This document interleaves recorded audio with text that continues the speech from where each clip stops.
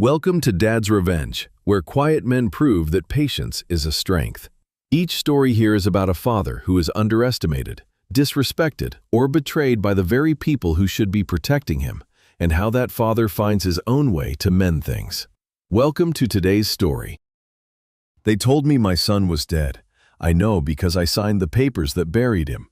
For 40 years I proved whose hand held the pen in courtrooms across the South. I never once questioned my own. Then last night on the 6 o'clock news, a billionaire cut a ribbon in Atlanta, and I recognized the scar on his hand. So who did I bury? It was 2:15 in the morning, and I sat in the dark of a basement that was not mine, pressing the nib of a fountain pen against a blank sheet of paper. I was writing my own name, over and over. Alonzo Humphrey. Alonzo Humphrey. Not because I had forgotten it, because lately my hand had begun to shake. You have to understand what that means to a man like me. For 40 years, I made my living reading the truth in other men's handwriting. Judges called me. Lawyers called me. When a will was contested, when a signature looked wrong, when a confession needed proving, they brought the paper to Alonzo Humphrey. A signature, you see, is a fingerprint made of habit. The pressure of the thumb, the lift before a capital letter, the tremble a man cannot hide. And now, the tremble was mine. So I sat there and wrote my name, watching the letters wobble, telling myself it was the cold, telling myself anything except the words she used upstairs, the words she whispered to the neighbors and the doctors and the deacons at church. Confused. She said my mind was slipping, that I forgot things that I could not be trusted alone. Her name is Melina.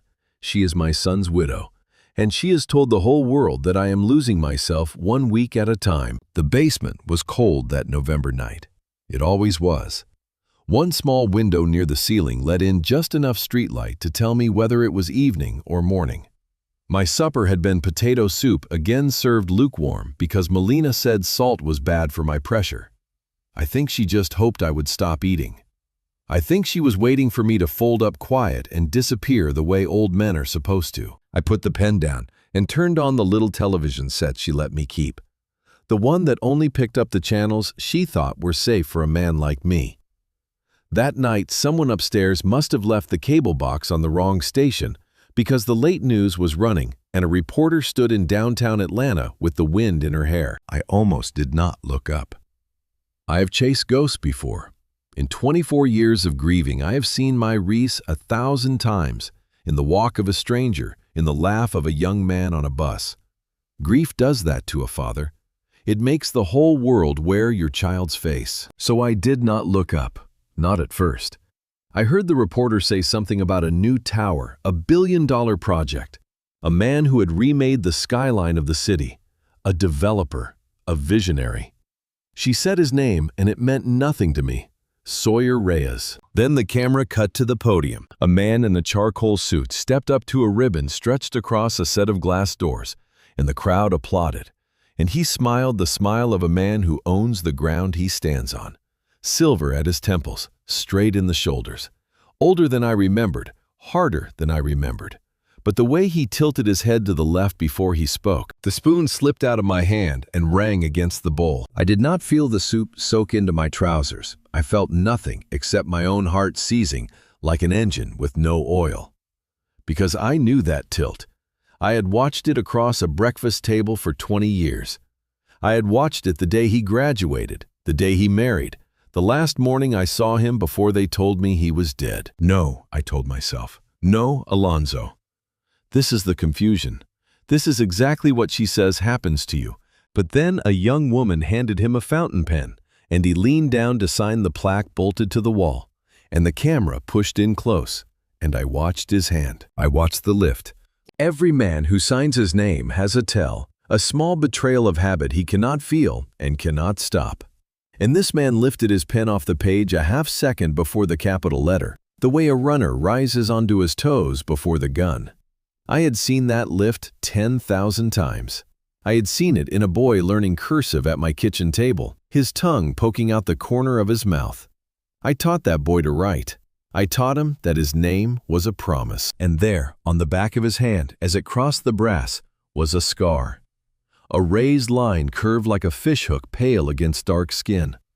He got it at 9 years old, climbing the chain link behind the old sanctuary, and I cleaned it and wrapped it myself because we could not afford the clinic that year. I gave that scar its shape.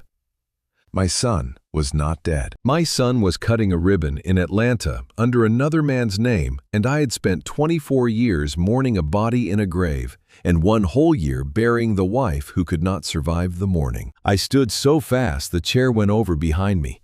I crossed to the television and put my hand flat against the glass over his face, as if I could hold him there. He was already gone, the picture cutting back to the reporter, but I stood with my palm pressed to the empty light, and I heard myself make a sound I did not recognize. Not a word. Something older than words. Then I did the foolish thing. I called for her. "Melina." My voice came out cracked and strange. "Melina, come down here." I heard the floorboards groan above me. I heard her heels cross the kitchen, sharp and irritated, and then the door at the top of the stairs opened, and she came down in her robe with a wine glass still in her hand, her face already arranging itself into that tired patient mask she wears for me. "What is it now, Pop?" she said. It was not a question. "You spilled your soup. I am not coming down here every time you—" "Look!" I pointed at the screen, though the man was gone from it. My hand was shaking worse than ever, and I did not care. "On the news, just now, it was Reese. Melina, it was Reese. And here is the thing I will remember until the day I die." She did not laugh at me. She did not sigh or reach for the little orange bottle the way she did on the other nights when I said something she did not like. For 1 full second, the mask came off. The wine glass stopped halfway to her mouth. The color drained out of her face like water out of a cracked cup, and her eyes went to the television. It was not confusion. It was not pity. It was fear. She knew exactly who I had seen, and she was terrified that I had seen him. For a moment, neither of us moved. The television murmured on behind me some commercial for a mattress, and the two of us stood in that cold basement staring at each other across the ruin of my supper. I watched her put the mask back on. I watched her do it. The fear folded itself away behind her eyes, and the tired patience came back over her face like a sheet pulled over furniture. "Pop," she said softly, "you had a dream. You fell asleep in your chair again." I was not asleep. I kept my voice level. 40 years of sitting in witness boxes had taught me that the man who raises his voice is the man the jury stops believing. "I saw him, Melina, the developer on the news, the one they called Sawyer Reyes. That was Reese." She came down the last 2 steps and set her wine glass on the dryer. "Listen to yourself. Reese has been gone for 24 years. We buried him. You carried the casket. Do you remember carrying the casket?" "I remember." "Do you remember Dr. Prentice telling us your memory was going to start playing tricks? That you would see things, people who are gone?" She reached out and touched my arm, gentle as a nurse. "This is what he warned us about, Pop. This is the sickness talking." And there it was, the thing she did so well, the thing she had been doing so slowly and so patiently for 2 years that I had almost started to believe it myself. She did not argue with what I saw. She reached past it and put her fingers around my mind and squeezed. She made the problem me. She made the problem my own head. But I had watched her face a minute ago. I had spent my whole life learning to read the half-second when a person stops performing and simply reacts, and I had read her the way I read a forged endorsement. She had not been surprised by that man on the screen. She had been afraid of him. You are not afraid of a stranger. You are only afraid of a secret. So I did the hardest thing I have ever done. I let my shoulders drop. I let my face go loose and uncertain.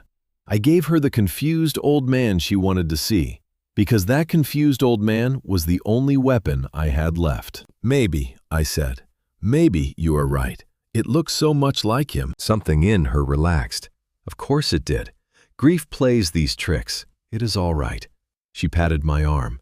"Let me get you your medicine. It will help you sleep." She crossed to the little cabinet she had mounted on the wall by the laundry sink and unlocked it with the key she kept on a chain around her neck. She never let that key leave her body. I used to think it was for the cleaning chemicals. Now I understood it was for me. She took down the orange bottle, the heavy one, the pills that made my thoughts move like they were wading through wet cement. The ones that put me under for 12 hours and left me stupid for 6 more. "I do not need those tonight," I said. "I am calm. Look at me. I am calm." "You spilled your soup. You knocked over your chair. You are agitated." She shook 2 of them into her palm. Her voice never lost its warmth, and that was the worst part, the way cruelty can wear the voice of care. "The doctor says you take them when you are agitated. I am only doing what the doctor says." I looked at those 2 pills in her palm, and I understood something with a clarity that frightened me. If I swallowed them, I would sleep until noon. And in the morning, whatever she and that man on the television were building, they would keep building it while I lay drooling on a cot. I could not afford to sleep. Not tonight. Tonight I needed my mind more than I had needed it in 24 years. "All right," I said quietly. I let her put them on my tongue. Her fingertips tasted of hand cream and cigarettes. She held the glass of water to my lips, and I took a long swallow, and I threw my head back and made a show of the effort in my throat. But I did not swallow them. I slid them up into the pocket of my cheek, tucked high against the gum, a trick I had taught myself 3 months ago, the first time I noticed the medicine was stealing days from me I could not afford to lose. "Good," she said. "There, that wasn't so hard." She watched my throat. I gave her a second swallow of plain water to satisfy her, and she nodded, and I saw her decide I was handled. That is the word she would use, I think, handled. She picked up her wine glass. She started for the stairs. Then she stopped, one hand on the rail, and she looked back at me, and the warmth was gone from her voice now that she thought the pills were doing their work. "You are going to have a rest, Pop, and in a few days we are going to have a conversation about Cedar Hollow. It is a beautiful place. They have people trained for exactly what you are going through. Gardens, activities. You would not have to worry about anything ever again." Cedar Hollow. I knew the name. It was a memory care facility out past the interstate, a low brick building with a chain-link fence around a square of dead grass they called a courtyard. I had visited a man from the church there once. He had not known his own daughter. The whole place smelled of bleach laid over something worse. "That sounds nice," I made myself say. She smiled satisfied and climbed the stairs. The light went out. I heard the door close, and then I heard the heavy slide of the deadbolt going home, locking me in for the night, the way you lock a dog in a laundry room. I sat in the dark and listened to her footsteps cross the kitchen above me. I waited until I heard the television in the living room come on, until I was certain she was settled with her wine. Then I leaned forward and spat the 2 pills into my palm. They gleamed there in the streetlight from the little window. 2 small ovals that were supposed to keep me quiet until they could put me somewhere I would be quiet forever. I walked to the utility sink, and I dropped them in, and I ran the water until they dissolved into a white smear and washed away. Then I stood there gripping the cold edge of that sink, and I made myself a promise out loud in a whisper, the way my father used to pray. I was a man who had spent 40 years proving what was true and what was false. They had taken my work, my name, my freedom, and they had nearly taken my faith in my own mind. But they had made one mistake. They had let me see him. I was not confused. I was not going to any garden with a fence around it. My son was alive and my wife was in the ground because of a lie, and I was going to find out what these people had done to my family. I was not losing my mind. I was getting it back. I did not sleep. I lay on the cot with my eyes open and let the night grind past me hour by hour, listening to the house breathe. An old house talks if you learn its language. I had lived in this one for 30 years before they moved me into its basement, and I knew every joint and every settling board. So when the furnace kicked off near dawn and the silence came down thick, I heard the first small sound of the morning clear as a bell. A car door out in the garage closing soft. It was too early for her tennis club, too early for the market. Melina did nothing before 9 if she could help it, and here it was barely gray in that little window. I sat up. Then I heard the second thing. Not the car starting, just silence again. She had gotten into her car and closed the door, and she was sitting in it out there in the dark garage, not going anywhere. I have handled enough fraud in my life to know what that means. There is only one reason the person climbs into a cold car they do not intend to drive. They want walls around a conversation. They want a room the rest of the house cannot hear. My knees did not want to move, but I made them. I went up the wooden stairs on the outsides of my feet, where the boards hold their tongues, one slow step at a time. The door at the top was bolted, of course. But a bolt does not stop sound, and there was a gap along the bottom where the cold air always came through, and beyond that door was the little hall that ran to the garage. I lowered myself down, and I put my ear to that gap, and I waited. For a while, there was nothing. Then her voice, low and tight, leaking through the wall from the garage. "He saw you. On the plaque dedication. He recognized you." My heart went still in my chest. There was a pause while she listened to whoever was on the other end. And then she said the name, and the name closed its hand around my throat. "I am telling you, Sawyer, he knew. I watched his face. He said your real name. Sawyer, not Reese." She did not stumble on it, did not correct herself. In her mouth, the new name was the true one. Whatever my son had done to bury Reese Humphrey, she had helped him bury it so deep that the boy I raised did not even exist for her anymore. There was only Sawyer Reyes, the man on the news. And she was talking to him the way a woman talks to a partner in a long marriage. Easy. Frightened, but easy. "No," she said. "No, I gave him the heavy dose. He went down like always." A silence. Well, he seemed sure this time. He has never been sure before. He said the scar. He said your name to my face. I pressed my forehead against the cold wood, and I made myself breathe slow and quiet through my mouth. Every instinct in my body wanted to stand up and pound on that door and scream through it. But I had spent 40 years teaching myself that the truth is worth more when you gather all of it before you show your hand. So I listened. I made myself a machine that listened. "Then we move it up," she said. "We do not wait until the spring. We do it now, while he is agitated, and we have the doctor's notes to back it up. That is the whole point of the notes, Sawyer. Everything is already in place. We just move the date." Move the date. Move what date? The cold in that stairwell went all the way to my bones. I thought of Audrey then. I could not help it. My wife had gone into the ground a year after we buried our boy, worn down to nothing by a grief that turned out to be a lie somebody wrote on purpose. She had cried herself hollow over a casket, and the man she was crying for had been out there in the world the whole time, breathing, building, choosing every single morning not to come home. And now the same people who had done that to her were standing in a garage discussing the date they would do the same thing to me. I had already lost the years. I had already lost her. There was not much left of me for them to take, but they had found it, and they had put a date on it. Cedar Hollow will take him this week if I call. They have the locked unit for the difficult ones. Once he is inside, he is one more confused old man nobody visits. He can say your name all day long in there, and it is just a symptom on a chart. A short, brittle laugh with no joy in it at all. Nobody subpoenas a man in a memory ward, Sawyer. Nobody believes a word he says. That is the beauty of it. We do not have to make him disappear. We just have to make him not count. I had spent my whole career learning the exact moment a scheme turns from greed into something colder, and I heard that moment arrive in her voice. She was not talking about a nursing home for a sick old man. She was talking about a place to put a witness. She was talking about erasing a person while leaving the body alive, so no one would ever go looking. It was cleaner than a grave. A grave asks questions.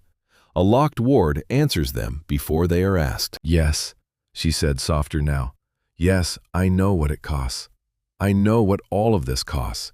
But if he gets to a lawyer, if he gets to anyone who will actually listen for 5 minutes, everything we built comes down. The tower, the name, all of it. So do not talk to me about the cost." A pause. "Fine. I will call Cedar Hollow this morning, and I will handle the paperwork on my end. You just make sure your end stays quiet." Your end. I did not know yet what my son's end was, but I would learn. Oh, I would learn all of it. I heard the car door open. I pushed myself up off the floor, my old joints shrieking silently, and I went back down those stairs faster than I had any right to, and I dropped into my chair, and I picked up a 3-year-old magazine, and I opened it to the middle, and I stared at a page I could not see. my heart slamming against my ribs like a bird against a window. Above me, the door from the garage opened. Her heels crossed the kitchen. The coffee machine gurgled to life. An ordinary morning to anyone listening. A woman making her coffee. I sat in the basement holding a magazine upside down, and I understood at last exactly where I stood. They were not going to argue with me anymore. They were not going to gaslight me into silence and hope I faded. That time was over. They had a date now, and the date was this week, and on the far side of it was a locked door in a brick building, where I would say my son's name to the walls until I died. I had perhaps 3 days, maybe less, and I was locked in a basement with a cut phone line, no car, no money, and a face that everyone in this house had already agreed belonged to a man who could not be believed. But they had forgotten one thing about me. They had spent 2 years telling everyone I could not remember. They had never once stopped to worry about how much I still knew. A man who has decided to fight needs 2 things before anything else. He needs to reach the outside world, and he needs a way to leave. That morning, sitting in my chair with the upside-down magazine, I set myself to getting the first one. There was a telephone in the kitchen, an old cream-colored thing bolted to the wall by the pantry, the kind with a cord, the kind that had hung there since before Reese was born. Melina had told me months ago that she took the line out that the house was cellular now, that I did not need it. I had believed her, the way I believed everything in those foggy, medicated days. But this morning my head was clear for the first time in longer than I could remember. And a clear head asks questions, a foggy one does not. I waited. Around 10, she went upstairs to shower. The pipes in that old house groan like a ship when the water runs, and the sound of them filled the walls. It was the cover I needed. I tried the basement door out of habit, expecting the bolt, and found it unlocked. She had been rattled enough this morning to forget it, or careless enough not to care. Either way, the door gave under my hand, and I stepped up into the kitchen. The light was hard and bright after the gray of the basement. I crossed to the phone and lifted the receiver and put it to my ear. Nothing. Not a dial tone, not static, not the hum of a live line. Just a dead, flat silence, like holding a seashell that had forgotten the ocean. I did not put it back. I am a careful man, and careful men look. I followed the cord down the wall to the little plastic box at the baseboard, and I crouched there with my bad knees screaming, and I saw it. The line had not been unplugged. It had been cut. The wire was severed clean, the copper inside bright and freshly exposed, twisted where the blades had closed on it. A pair of kitchen shears would do that. This was not a woman simplifying her house. This was a woman closing a door. She had not disconnected me. She had made sure that if I ever reached this phone, I would find a corpse. I knelt there, looking at those bright copper threads, and something in me went very cold and very still. There is a moment in every case I ever worked when the paper stops being paper and becomes a confession. The cut in that wire was a confession. It told me she had thought about this.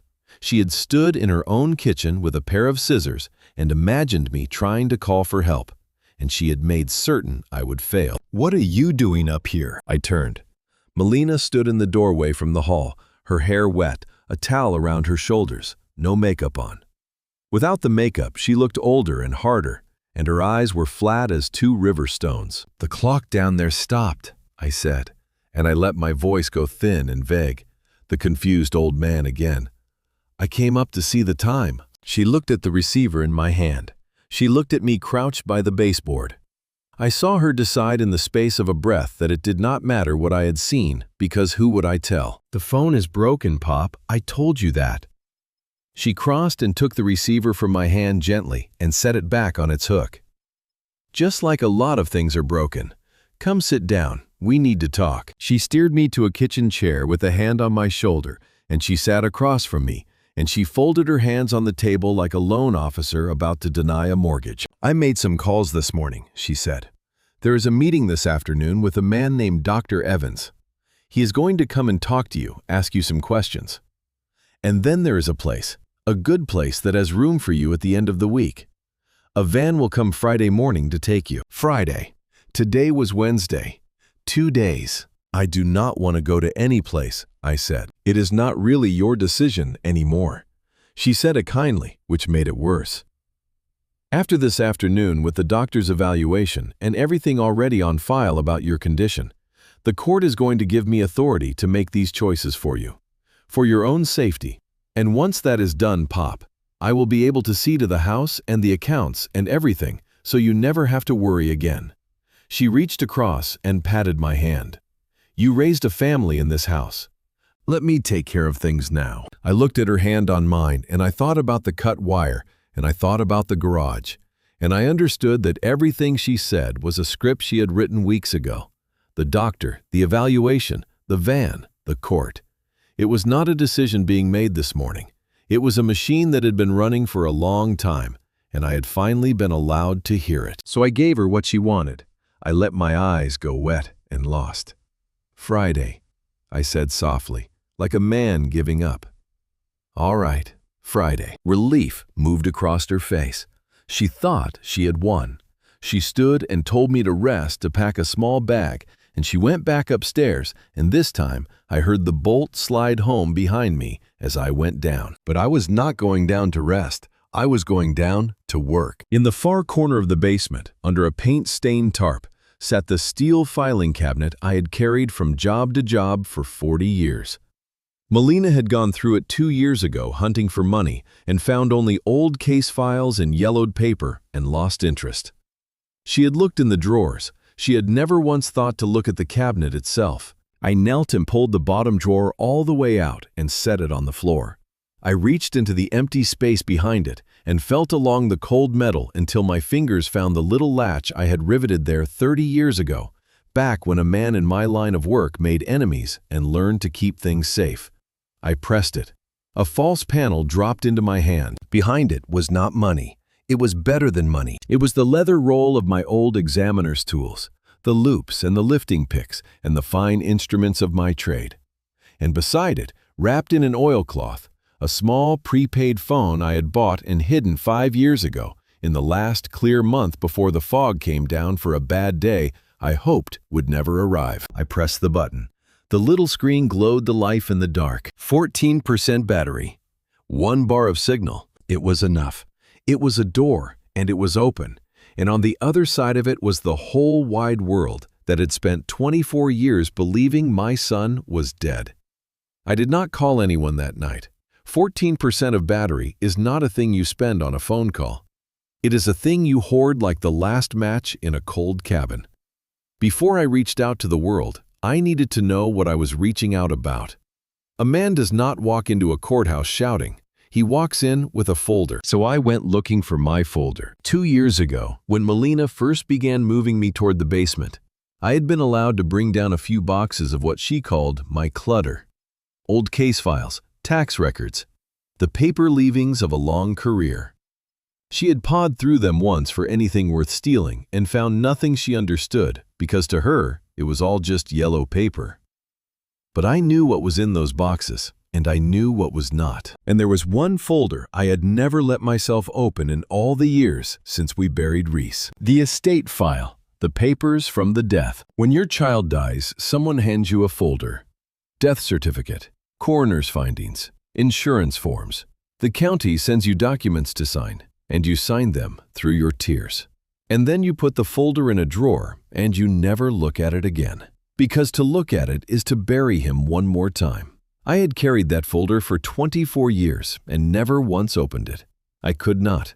Grief had sealed it shut like wax. I found it at the bottom of the third box in a manila envelope soft as cloth from age. I sat down on the concrete floor under the little window, and I turned on my examiner's lamp, the small battery one from my leather roll, and I opened my son's death for the first time. The death certificate was on top. I made myself read it slowly, the way I would read any document brought to me by a court. Cause of death, date, the county seal, and down at the bottom in the box for the examiner, who had certified the dental identification of the remains, a signature. A Humphrey. My hand stopped. I brought the page up close and I looked at that signature the way I had looked at 10,000 others, and the floor of the world tilted under me. It was my name. It was not my hand. You have to understand what I am telling you. A forgery can fool a widow. A forgery can fool a judge, a bank, a jury. A good one can fool almost anyone alive. But it cannot fool the man whose name it wears. Not if that man has spent 40 years learning the exact music of his own pen. I know my own signature the way you know your own heartbeat. And whoever wrote this had studied me. They had my slant, my spacing, the loop of my H. They were good. They were very good. But they did not have the lift. The little rise before the capital, that half-second habit I cannot feel and have never been able to stop. It was not there. This A began flat on the page, confident, false. A stranger's foot in my shoe. I turned the page sideways. I held it up to the lamp so the light came through the paper, and I could see the pressure of the strokes from the back the way I had taught young examiners to do it 100 times. Real writing breathes. It speeds up and slows down. It presses hard on the downstroke and floats on the up because a real hand is attached to a real heart, and the heart is never perfectly steady. This writing did not breathe. It had been drawn even and slow, the way a man copies a picture he is afraid to get wrong. Somebody had sat at a desk with a sample of my signature in front of them and practiced. Practiced my name. Practiced being me. Somebody had signed my name to the paper that certified my son's body. I sat there on that cold floor, and I did not move. The furnace hummed. The streetlight came gray through the window. I remember the sensation very precisely, because I had spent my whole life keeping my feelings on the far side of a glass wall from my work, and in that moment, the wall broke. I had been the one they used. My name, my reputation. 40 years of standing up in courtrooms and being believed. That was the seal that made the lie official. That was why no one ever questioned it. Who would question a death certified by Alonzo Humphrey himself? And that was why, 2 years ago, when I was still sharp enough to be dangerous, someone had needed me declared confused. It was not random, the complaint that ended my career, the whispers about my failing mind. If I ever opened this folder, if I ever saw what I was seeing now, they needed the world already primed to believe I was imagining it. They had not just stolen my son.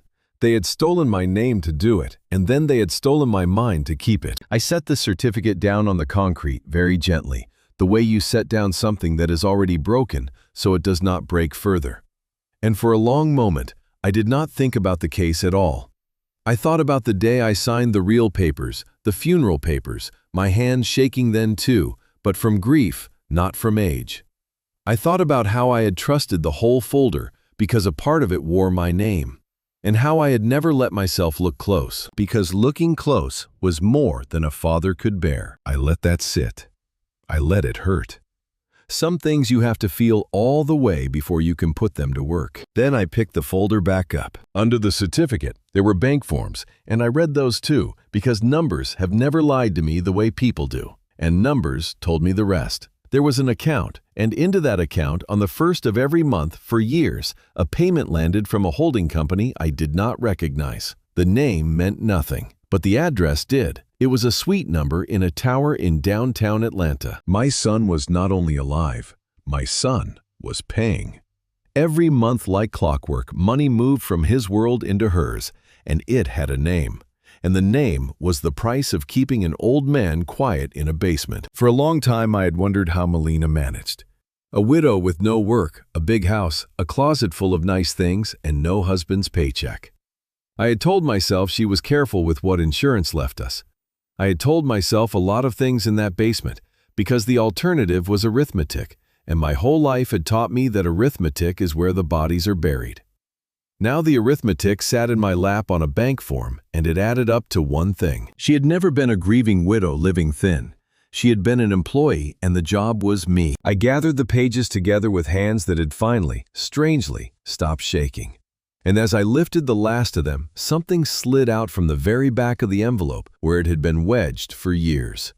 A small bundle of envelopes, maybe a dozen, held together with a perished rubber band that snapped at my touch and fell away like ash. They were addressed in a hand I knew better than my own. My son's hand, the real one with the lift before every capital. I did not open them. Not yet. My battery was low and my heart was lower. And there is only so much a man can carry into one night. but I held them in the lamplight, and I read the name written on the top envelope over and over in Reese's own careful hand. They were all addressed to a girl, and the name of the girl was one I had not been allowed to speak in years. Grandpa. The voice came from the top of the stairs, and I nearly dropped the lamp. I had been so deep in that folder, so far down inside the wreckage of it, that I had not heard the basement door open. I looked up, and there she was, halfway down the steps in her nursing scrubs, her bag still on her shoulder, her keys in her hand. Journey, my granddaughter. Reese's girl, though she did not know it. The way I knew it now, with a bundle of unsent letters in my lap, that proved he had never once forgotten she existed. She had come straight from a shift from the memory ward across town, where she cared for other people's grandparents and held other people's hands. And she was looking at me now the way you look at a patient who has gotten out of bed and wandered somewhere he should not be. Wary, careful, a little afraid. "Grandpa, what are you doing down here on the floor? Mom said—" She stopped. She started again, gentler, the voice they teach them to use. "Mom said you had a hard night. She said you were confused again, that you get upset, that you might get violent." That was the word she could not say to my face. My own granddaughter had been told to be afraid of me. I did not stand up too fast. I did not reach for her. I know what a frightened person sees, and I did not want to be the thing she had been warned about. I stayed low among my papers and kept my voice as level as I have ever kept it. "Journey, I need you to look at something. Just look. If you look and you still think I am confused, I will take my medicine and I will go to bed and I will not say another word. I promise you that." She hesitated on the stairs. Her thumb moved on her phone, and I knew she was 1 second from calling her mother, and I knew that if she made that call, it was over. The doctor would come. The van would come. The locked door would close. "Please," I said, "just this one thing. You are a nurse. You know how to read a chart. Read this one." Maybe it was the word chart. Maybe it was that I was not raving, not grabbing, not doing any of the things she had been told to expect. Whatever it was, she came down the last steps slow, and she crouched a careful arm's length away, and I held out the first thing, not the letters, not yet. The death certificate. 24 years ago, we buried your father, I said. This is the paper that made it official. See the signature at the bottom, the examiner who identified the body. A. Humphrey, she read. That's you. That is my name, I said. It is not my hand. Somebody forged it. I spent 40 years proving exactly this kind of thing in court, Journey. And I am telling you, a stranger signed my name to your father's death. She frowned at the page. I saw the nurse in her, the part trained to weigh evidence, start to wake up under the daughter who had been told to be scared. Grandpa, this could be, memory is complicated sometimes I know how it sounds. I kept my voice soft.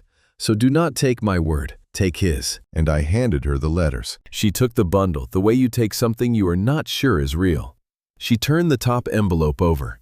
She read the name written across the front in that careful, looping hand. Her own name, Journey. And under it, an address in this town, a house she had lived in as a little girl. These were never mailed, I said. No postmarks. Your mother kept them. There are years of them here. Birthdays, a graduation. Look at the dates. She opened one. I watched her face as she read it, and I will carry that moment with me the rest of my days. I watched a young woman who had spent her whole life being told her father was dead and gone read a birthday note he had written her when she turned 10. Then another when she turned 16. The handwriting was the same across all of them, steady, alive, a living hand writing to a daughter he was choosing year after year not to visit. She read like someone starving, and watching her, I understood something I had not let myself feel upstairs in all my calculating. She had his hand. Not his signature, she had never been taught to sign like him, but the shape of the letters when she read them, the way her lips moved over the loops, the way her own tears fell in the same rhythm his pen had moved. Blood does not always show in a face. Sometimes it shows in how a person reads a page. I had spent my life proving who held a pen, and here on a cold basement floor, the truest proof of family I had ever seen was a girl recognizing a father she had never met in the curve of his letters. Her voice cracked and fell apart. This is his writing. He wrote these. When? He has been alive the whole time, I said. He is in Atlanta. He has a new name and a tower with his signature on a brass plate. And your mother has known since the beginning. She has been paid every month to keep me quiet and to keep you from ever knowing. She was shaking her head, but her eyes never left the letters, and the tears came now silent, dropping onto the paper. Why would she? Why keep them? And not, why would she do that? Because if you knew he was alive, I said as gently as I could, you might have wanted your father. And a daughter who wants her father is a problem. A daughter is an expense. I paused because this next part would cut, and it needed to. Journey, I have read the estate papers. There is a trust. Your father is providing for it now from Atlanta. Your mother is in it. He is in it. You are not. You are not named anywhere, child. Not for $1. To them, you and I are the same thing. We are the line on the budget they are trying to erase. She sat all the way down on the cold floor. Then the letters spread in her lap, and for a moment, she was not a nurse and not a grown woman. She was a girl who had just learned that the two people who raised her had priced her out of her own family. Then, above us, the garage door rumbled. Journey's head came up. Her mother's car. We both heard the engine, the automatic door grinding along its track, and the fear that crossed her face was not fear of me anymore.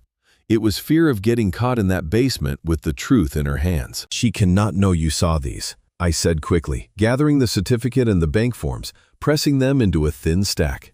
She has a van coming Friday, Journey, a locked ward. Once I am inside, I am just another old man raving your father's name. This is my only chance, and it is running out. Journey looked at the stairs. She looked at me.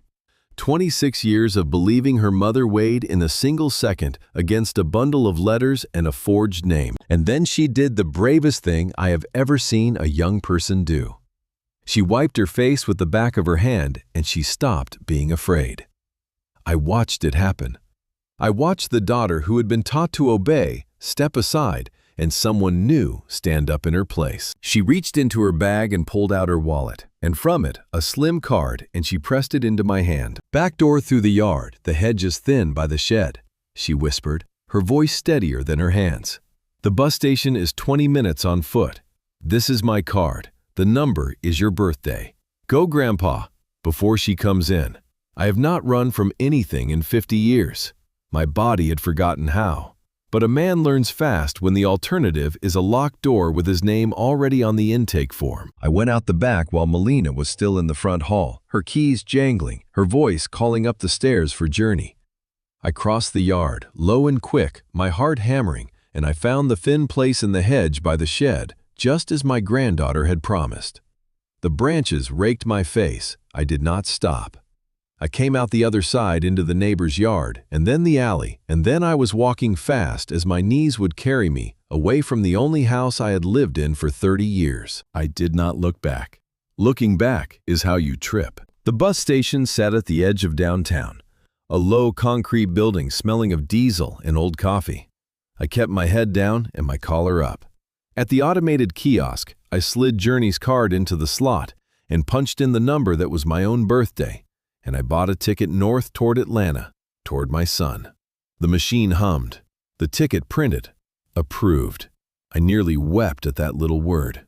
I boarded a bus half full of tired people and took a seat in the very back by the window, and I watched the town where I had buried a wife and a son slide away behind the glass. For 2 hours, I let myself believe I had made it. The bus stopped at a rest plaza off the interstate, one of those bright islands of gas pumps and fast food that look the same in every state. 20-minute layover. My throat was dry as paper. I went inside for water, keeping to the edges, and I carried a bottle to the counter and slid the card across. The clerk swiped it, frowned, swiped it again. Declined, he said, not unkindly, a bored young man with tired eyes. Try another one, sir. My stomach dropped straight through the floor. Journey. Either Melina had found her out, or she had simply checked the account and killed the card the moment she realized I was gone. It did not matter which.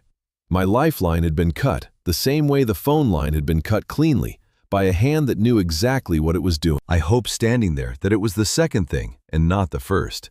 I hoped my granddaughter was upstairs in that house right now, with her face arranged into innocence, and not sitting in a kitchen chair across from her mother, being asked why Grandpa's card had been used at a bus station. I had put her in danger by taking that card. I knew it the moment the machine said no. That is the cruelty of what these people do. They make it so that the people who help you pay for helping you, and the weight of that lands on the very ones with the least to spare. I must have let me find some cash, I mumbled, patting pockets I knew were empty. And that was when I heard it. Hey, turn that up. Somebody by the coffee machines. A television was bolted up in the corner over the slushie dispenser, tuned to a local channel, and a red banner was crawling across the bottom of the screen. Silver alert. And above the banner, filling the whole screen, was my face. It was an old photograph. My retirement dinner years ago, before the fog, when I still wore a good suit and a proud smile. I looked healthy. I looked like a man you would trust with your money. And under that kind face, the words scrolled by and a voice read them out to the whole rest stop. Authorities are searching for 66-year-old Alonzo Humphrey, missing from his home in Macon. Mr. Humphrey suffers from advanced dementia and may be confused or disoriented. He has a history of aggressive episodes and should be considered a danger to himself and others. Do not approach. Call 911. A danger to himself and others. She had not just reported me missing. She had turned me into a threat. She had taken my face and hung it in every gas station and bus depot in the state with the word dangerous stamped underneath, so that any decent person who saw me would not help me, would fear me, would reach for a phone. In one broadcast, she had turned the whole world into her search party and made certain that if I opened my mouth to explain, I would only prove her right. A confused old man insisting he was sane. There is no argument that sounds more like madness. I felt eyes. The clerk was looking at the screen, then at me, then back at the screen, a slow understanding gathering on his young face. "Sir," he started, "you kind of look—" I did not let him finish. I left the water on the counter. I turned and I walked out. Not running. Running is what guilty men do. Just walking, steady, an ordinary, tired traveler. While every nerve in my body screamed at me to bolt, I did not get back on the bus. The driver would have seen the alert by now, and my seat was a trap. I went around the side of the building into the shadows by the dumpsters, and I pressed my back against the cold cinder block and made myself think. 66 years old, no money, no card, no phone worth the battery. My face on every screen in Georgia with the word dangerous under it.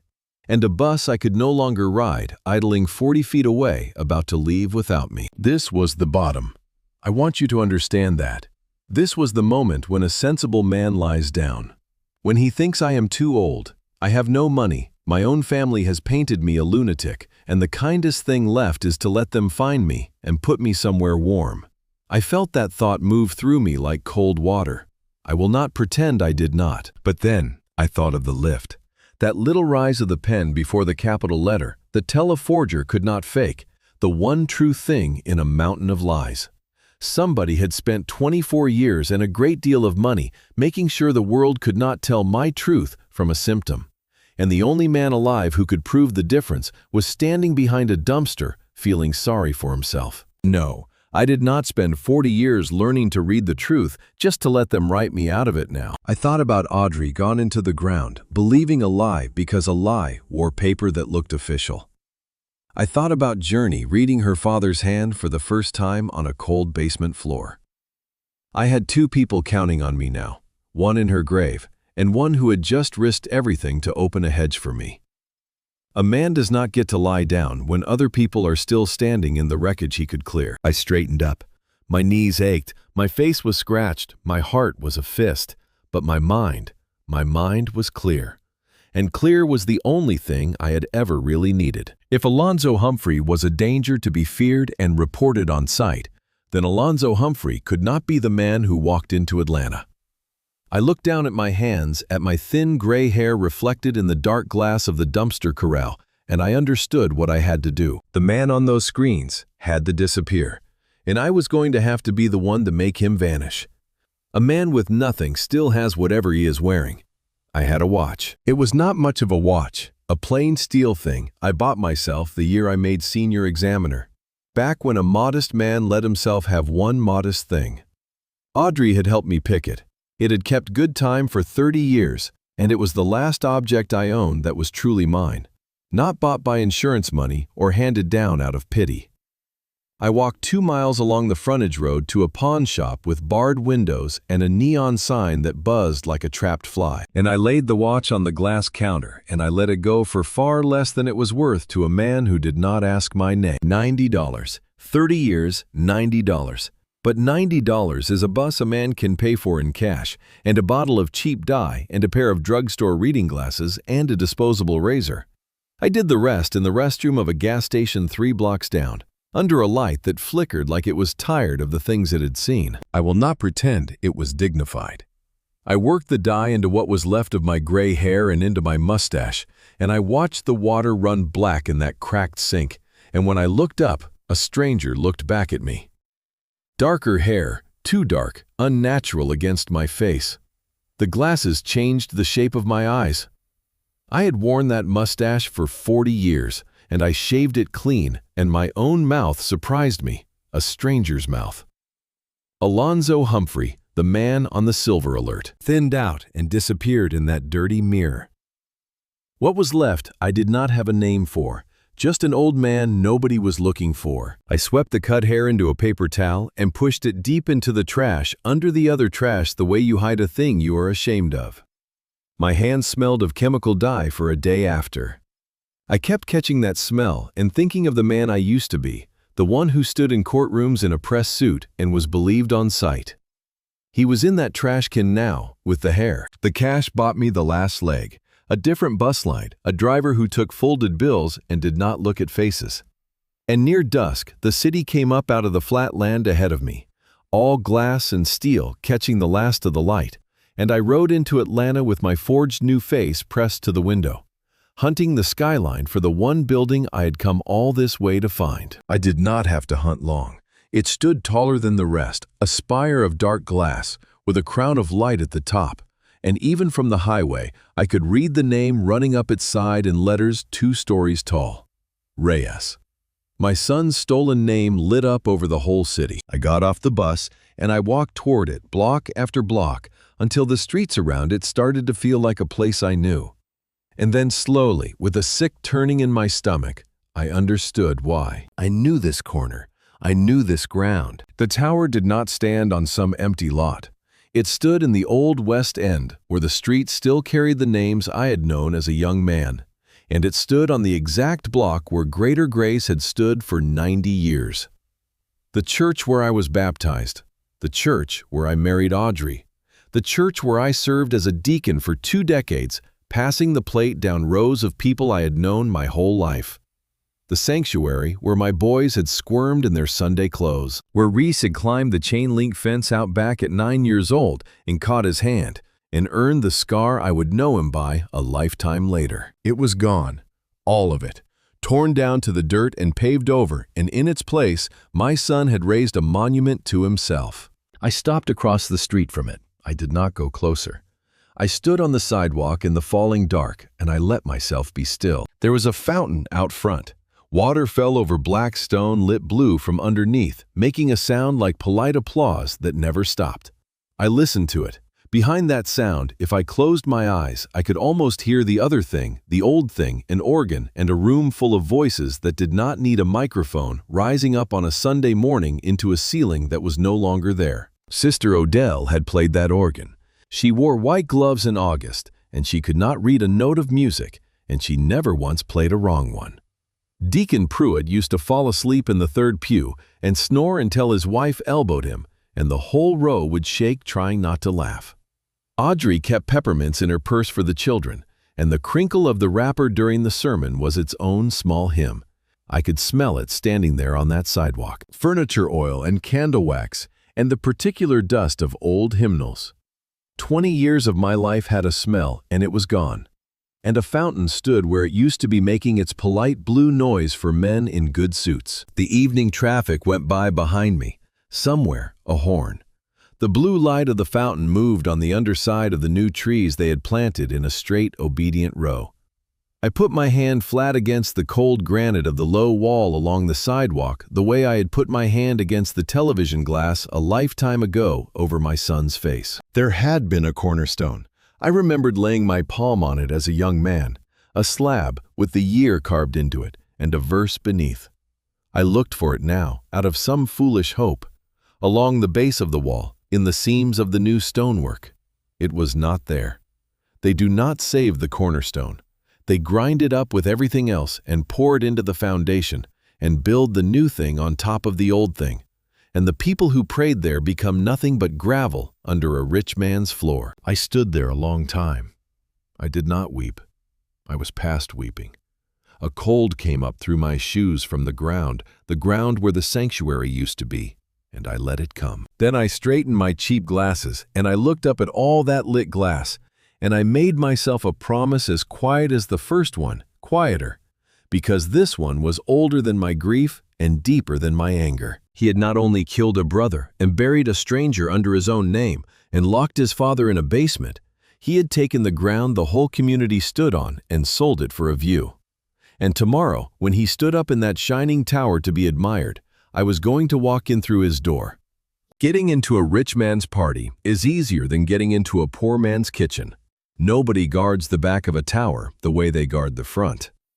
I spent my last real money on two things that morning: a small voice recorder from an electronics counter, the kind a student uses for lectures, and I found the third thing for free: a gray coverall and a laminated badge hanging on a rack inside an open catering truck while the driver signed his manifest. I put the coverall on over my clothes. I clipped the badge to my chest. I found a mop bucket abandoned by a freight elevator, and I took its handle, and I became the one thing no one in a building like that ever looks at: a man paid by the hour to be invisible. I rode the service elevator up with my head down and my heart pounding. When the doors opened on the 50th floor, the sound hit me first: the clink of glass, the low hum of important people being pleased with themselves. A string quartet sawing away in a corner. A ballroom of dark suits and bright dresses. And in the middle of it, holding a glass like a scepter, laughing at something the mayor said, stood my son. I pushed my bucket along the wall and I watched him for the better part of an hour. I watched him work the room the way I had once watched him work a Sunday school lesson. That same easy charm, that same tilt of the head. He was magnificent and he was hollow, and nobody in that room could tell the difference. I waited until he set down his glass and murmured something to a man with an earpiece and walked toward a marble hallway marked for private use. I left the bucket. I followed. He was alone at a mirror in a washroom that cost more than my house, straightening a tie that did not need it. He saw me come in behind him in the glass and did not turn. "We're closed in here," he said. "Come back in 10. I locked the door. The click of it turned him around. For a moment, he only frowned at the strange dark-haired old man in a coverall. Then something moved behind his eyes, some old recognition swimming up through 24 years, and I watched him find me under the dye and the glasses and the shaved lip. I had wondered on all those buses what I would feel in this moment. I had wondered if some piece of the boy I raised would surface, if his eyes would fill, if he would say my name the way he used to. I looked for it. I am not ashamed to tell you I looked for my son in that man's face. I searched him the way I search a signature for the one true stroke under all the practiced ones. There was nothing there. Just calculation and a flicker of annoyance, as if I were a stain he had found on his cuff. "You look ridiculous," he said. "The hair is a bad choice, Pop." That was all. 24 years, a dead brother, a mother in the ground, and the first thing my son said to me was a note about my hair. "You let us bury someone," I said. My voice did not shake. I had left the shaking in Macon. "You let your mother die grieving you. You forged my name on the paper that made it legal. My name, Reese. 40 years I spent teaching men to trust that name, and you used it to fake your own death." I used it because it worked. He said it simply the way you explain something to a slow child. Nobody questions a document certified by the great Alonzo Humphrey. You are the most trusted signature in 3 counties. Do you know what that is worth to a man who needs to disappear? You gave me the perfect exit, and you never even knew you were holding the door. He tilted his head. "You should be flattered. Of everything you gave me, that was the only part that was ever useful. I had promised myself I would stay a professional in this room. I would gather, not feel. But there are things a father cannot hear standing up straight, and I felt something in my chest crack clean across. "And Cedar Hollow," I said. "The locked ward, that was you too." That was necessary. No hesitation, no shame. You started opening drawers. You became expensive. I offered you a quiet life, Pop, a basement, a television, 3 meals. All you had to do was fade out, like old men are supposed to. But you couldn't do the one easy thing. He stepped closer. He was taller than me now, broad, where I had gone thin. "So yes, the van, the doctor, the ward, it is all arranged. You were supposed to be there tomorrow. Instead, you are here, ruining my evening in a janitor's suit. I am your father. You are a liability in a costume." He pulled a phone from his jacket. He did not call the police. He pressed one button and lifted it to his ear, his eyes never leaving mine. "It's me. I've got a situation in the East washroom. A vagrant got up somehow. He's harassing me. Handle it quietly." He hung up and smiled, and it was the coldest thing I have ever seen on a human face. "You should have taken the basement, Pop." The door burst inward. 2 men filled the frame, the kind of men who are hired for their shoulders. They looked at the billionaire in the beautiful suit and the old man in the stained coverall, and they did not need to be told which was which. The first one took me by the collar. He did not walk me out. He threw me, and I hit the marble wall, and the world went white and ringing. A boot found my ribs, and something inside me gave with a sound I felt more than heard. I folded onto the cold floor, unable to draw breath, while my son adjusted his cufflinks in the mirror and did not look down. There was a moment, curled on that marble, with a boot over me, when the easiest thing in the world would have been to beg. To say his name soft, to call him my boy, to ask him to remember the bicycle and the fishing trips and the man who stitched his hand at 9 years old. I felt the words rise up in my throat, and I swallowed them. Not out of pride, out of something harder than pride. A man who begs a thief for mercy has agreed that the thief owns him. I would not hand him that. He had taken my son's name and my own name and my freedom, but he was not going to take the last thing, the thing that was only mine to give away, and I did not give it. I made no sound but the sound the ribs made. "Put him in the alley," he said. "Not the lobby, the alley." They dragged me out by my arms, my heels bumping down the service corridor. The pain was a white star in my side. But as the first man had hauled me up off that washroom floor, I had fallen against my son. One clumsy, flailing grab at his jacket, the desperate clutch of a beaten old man. He had slapped my hand away in disgust and never felt the rest. He never felt me press the little voice recorder deep into the inside pocket of his coat, its light already glowing red, already listening. A younger man's hands could not have done it, but mine shook anyway. All the time now, and a shaking hand looks like weakness, looks like a frightened old man clutching at anything to stay upright. He had spent 2 years telling the world my hands could not be trusted.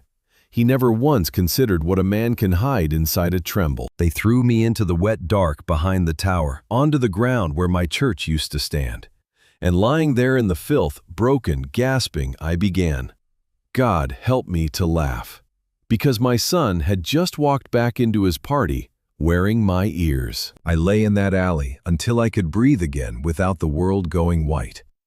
Then I got the earbud out of my pocket, the little wire that paired to the recorder, and I pressed it into my ear, and I listened to my son move through his party as if I were a ghost walking beside him. For a while, it was nothing. Applause, a toast, his voice warm and false thanking his investors.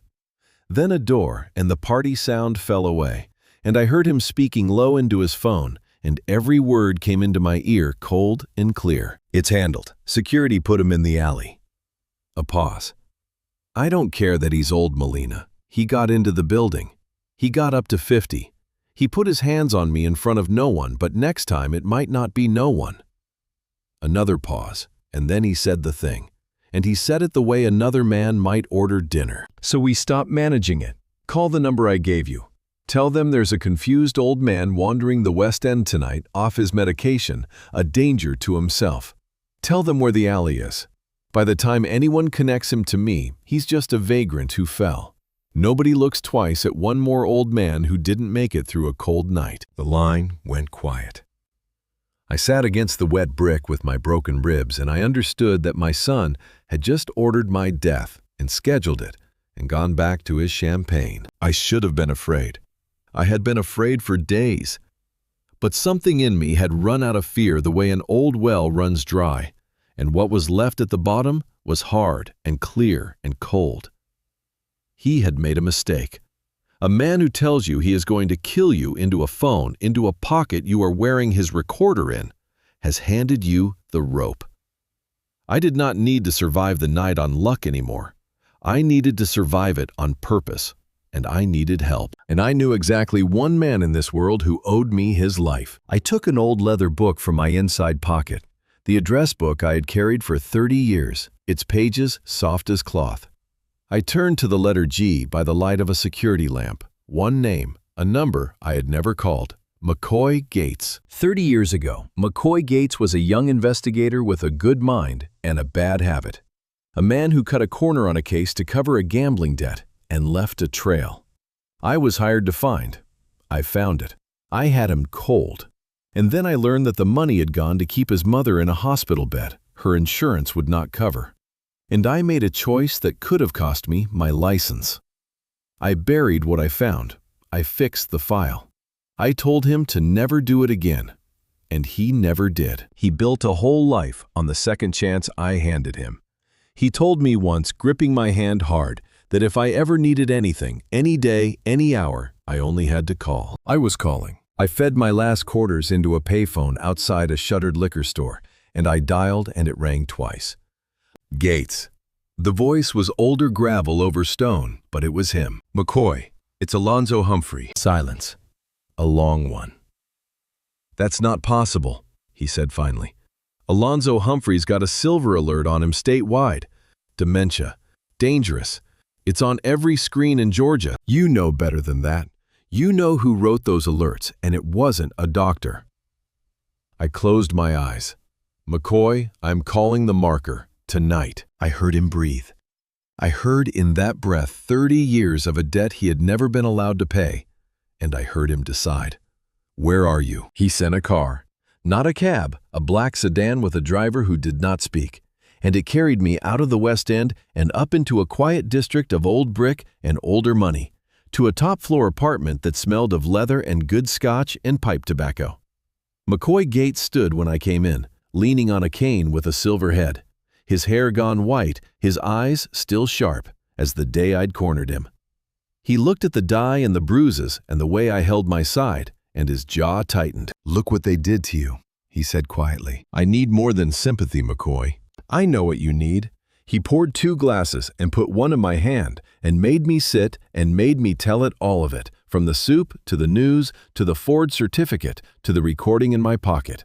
When I played him my son's voice ordering my death, he did not flinch.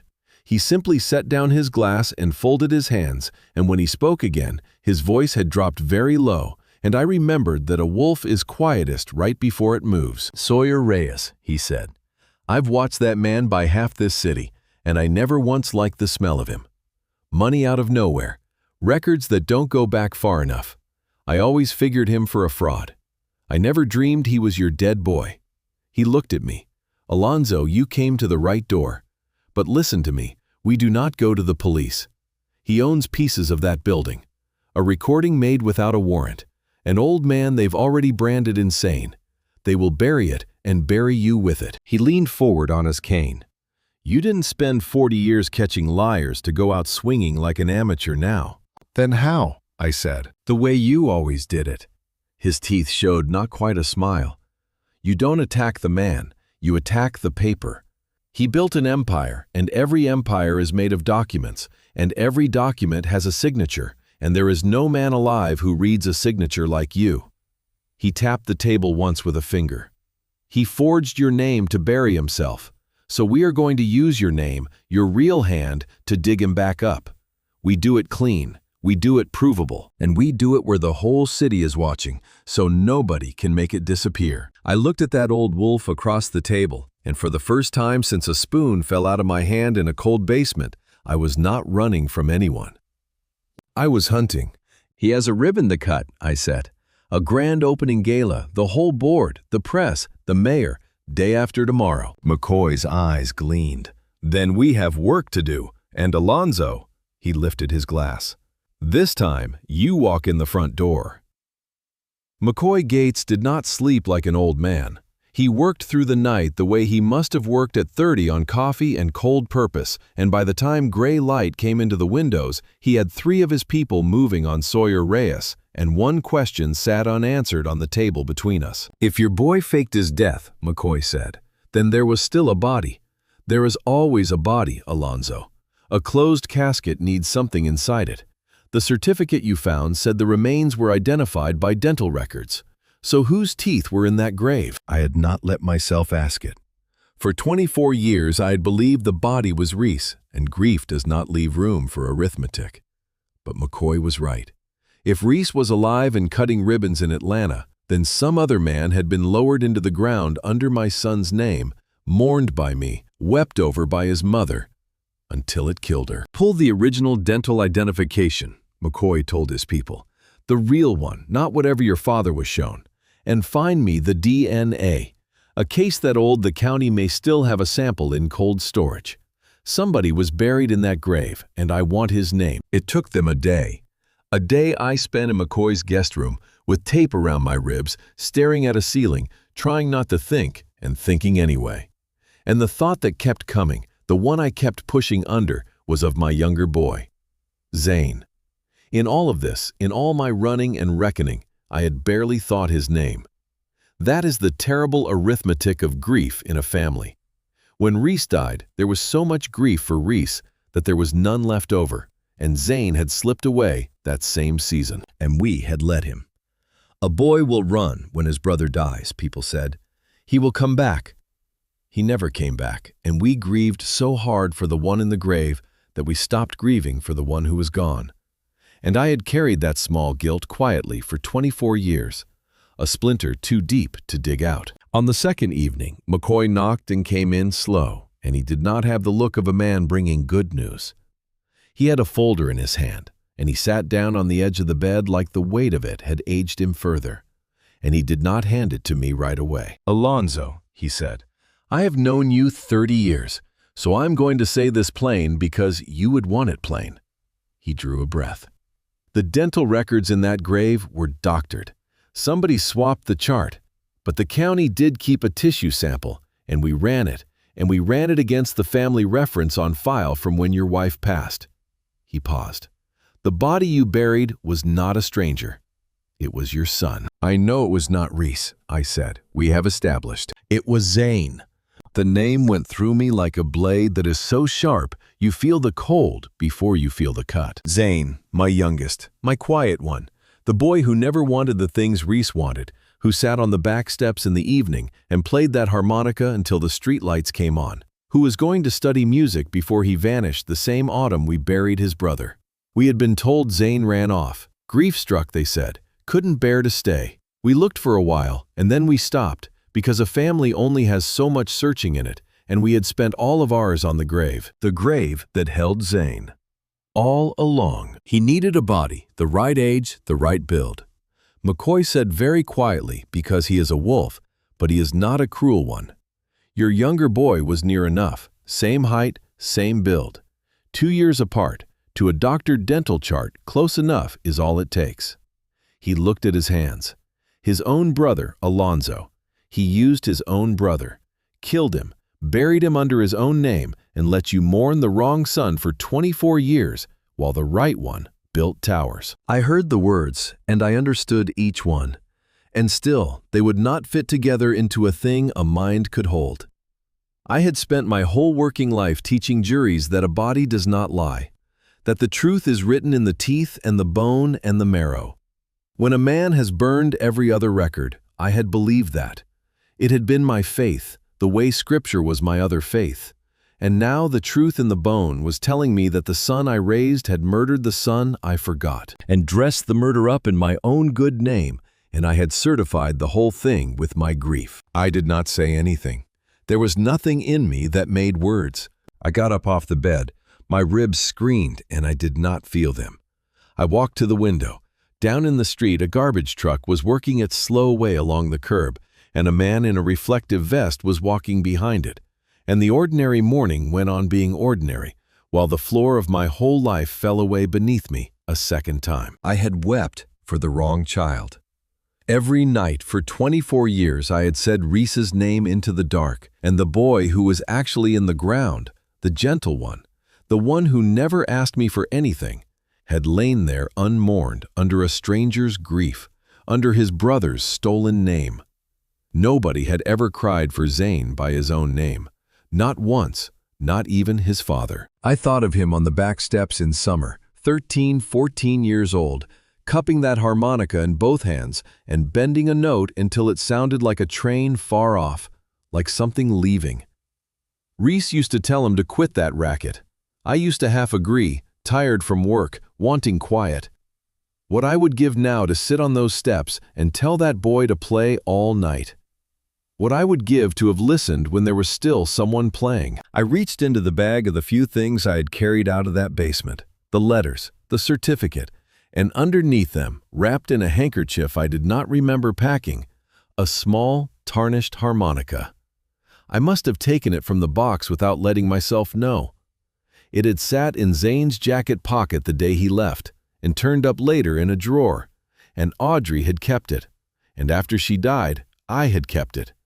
And I had never once been able to look at it straight. I sat back down on the edge of the bed, and I held it in both hands. The metal was cold, and then it was warm from my hands. There was a small dent on one end where he had dropped it off the church steps as a boy. I ran my thumb over the dent. Outside the window, the truck moved on, and its sound faded, and the room went very quiet. I did not play it. I would not have known how. I only held it, and I turned it in the gray light, and I let the silence be as long as it needed to be. Somewhere in that silence, without a word, I stopped being only a man who wanted justice. I became a father who owed his youngest son the one thing that had been stolen from him along with his life, his name, spoken out loud, in front of everyone, by the man who should have wept for him from the start. Grief is a thing you carry, but I have learned that you can pick it up in two ways. You can let it bend your back, or you can sharpen it and hold it like a tool. On the morning before the gala, I chose the tool. McCoy cleared his long dining table, and I laid out my work the way I had laid it out in 1,000 courtrooms. On the left, the forged certificate, the flat and confident A. Humphrey that had sealed my son's lie. On the right, 40 years of my genuine signatures pulled overnight from court archives by McCoy's people. Each one carrying the small, honest hitch of my hand, the lift before the capital that no forger had ever caught. I set my old fountain pen beside them, uncapped it, and signed my name on a clean sheet so the tremor of my age sat next to the steadiness of my youth. Even shaking my lift was there, the forger's was not. 24 years, and the truth had been sitting in a box in my basement the whole time, waiting for the one man alive who could read it. I worked the way I had trained a generation of younger examiners to work. I did not trust my eyes alone. I measured the pen pressure by the grooves the nib left in the paper, reading them from the back with a raking light. I timed the ink flow in the loops where a natural hand accelerates and a copyist slows to be careful. I laid a grid over the height ratios of the capitals. Point by point, the forgery failed, because a forgery always fails the man whose name it wears. Whoever had drawn my signature had been patient and skilled and had studied me for weeks. And it did not matter. He had copied the shape of my name. He had never once understood the man who made it, and so he could not reproduce the small living flaw that proved I was human, and he was pretending. That is the spine of it, McCoy said, studying the pages over my shoulder. A document examiner proving his own name was forged. No jury in the country ignores that. He set down another folder. But while you were reading paper, my people were reading people, and there is something you need to see. It concerns how they took your license." I looked up. The complaint. The one that had branded me confused 2 years ago, that had ended my career and made me a man no one would believe. "You always assumed it started when you saw him on the news," McCoy said. "That the panic began then. It did not. The petition that had you declared cognitively unfit was filed 2 years ago, and it was filed on the sworn statement of one man." He slid a photograph across the table. A face I knew from 30 years of Sunday mornings. Christian Barrera, your own church board. The man who passed the collection plate beside you. I stared at that familiar face and felt the ground shift one more time. I had known Christian Barrera for 30 years. I had stood beside him at the funerals of half our congregation. I had lent him my truck. I had prayed next to him on my knees in a sanctuary that was now a pile of gravel under my son's tower. And he had put his name to a paper that said Alonzo Humphrey could no longer be trusted to know his own mind. Christian signed a statement that I was losing my mind. "For a fee." McCoy's voice went flat and cold. "We traced it. A consulting payment routed through 2 shells originating from a Reyes holding company. Your son paid a man you trusted to stand up and swear you were senile. 2 years ago, Alonzo, long before that spoon ever fell out of your hand." He let that sit. "They did not brand you crazy because you found the truth. They branded you crazy so that when you found it, nobody would listen. The cage was built before you ever rattled it." I sat back. It was the last piece, and it was the coldest. My son had not reacted to me. He had planned me. He had looked at his own father, still sharp, still capable of reading a forged signature, and he had decided calmly, years in advance, to dismantle my mind in the eyes of the world so his lie would hold. The basement, the pills, the whispers to the deacons, all of it was one long, patient act of erasure, and it had started while I still thought I was simply growing old. "He is thorough," I said quietly. "I will give him that. He learned thoroughness from me." "Then let us be more thorough." McCoy leaned on his cane. "We have your name forged. We have your youngest boy in that grave by DNA. We have a bought witness and a paper trail of hush money. What we do not have is a way to put it on that ballroom screen so the whole city sees it at once before he can bury it. For that, we need inside his own network. And there is exactly one person left who can get us there." I already knew. I had known since Macon, and I hated it. Journey. McCoy's phone was a burner, clean. I called her from it that afternoon, and when she heard my voice, she made a sound that was half a sob and half relief. And she told me in a rush that her mother suspected nothing, that she had cried and played the frightened daughter, and Melina had believed every tear. My granddaughter, it turned out, had learned to wear a mask in the same house that taught me to read one. "They keep everything on your mother's tablet," she said low and fast. "The trust, the accounts, the messages between her and Dad. She uses the same passcode for everything. It is the year she married him." A breath. "I can get into it, Grandpa. Tonight, while she is dressing for the gala, I can copy it all. Journey, if she catches you. She has spent my whole life deciding what I am worth to her," my granddaughter said. And there was steel in it. Now, her father's steel turned to a better purpose. "Let me decide what I am worth to myself." That evening, she did it. I sat in McCoy's study with the phone pressed to my ear, and I listened to my granddaughter breathe as she crossed a hallway I could not see. I heard the small click of a tablet waking.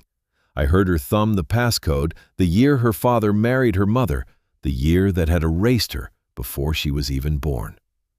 I heard Melina's voice call something from another room, light and ordinary, asking about a necklace, and I heard Journey answer in a voice so steady and sweet, it frightened me, my gentle granddaughter lying like a professional to save an old man's life. 30 seconds. A small drive McCoy's man had left in her mailbox plugged in, while her mother fussed with her earrings 2 rooms away. 30 seconds, and everything Sawyer Reyes had spent 24 years hiding came pouring down a wire into McCoy Gates's servers. The trust that erased her, the messages that ordered my death, the whole rotten architecture of it ours now. McCoy looked at the data filling his screens and let out a low whistle. "We have him," he said. We have all of him. I picked up my fountain pen and capped it and slid it into my breast pocket over my heart, where a deacon keeps his glasses for reading scripture. Then day after tomorrow, at his gala, in front of his city, I said, I am going to give my son back his real name, and I am going to give his brother back his. This time, I walked in through the front door. McCoy had a tuxedo cut for me, midnight blue, and I stood at the top of the grand staircase above the ballroom, while 500 of the most powerful people in Atlanta drank my son's champagne beneath me. I had washed the dye toward gray again. I wore my own face, and in my breast pocket over my heart, I carried a single fountain pen. Down on the stage, bathed in white light, Sawyer Reyes lifted a glass. The room hushed for him, the way rooms do for money. When I came to this city, he said, his voice rolling out warm and smooth over the speakers, I had nothing but a name I made myself, and the will to build something that would outlast me. Tonight we open more than a tower. We open a legacy. The applause rose, and I gave McCoy the word. The lights died. For one heartbeat, the whole ballroom hung in darkness, and a nervous laugh rippled through the crowd.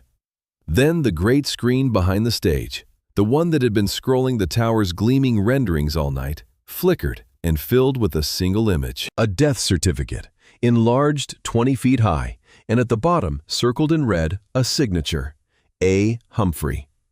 A minor technical issue, Reyes said into his microphone too quickly. If everyone will just... The image changed.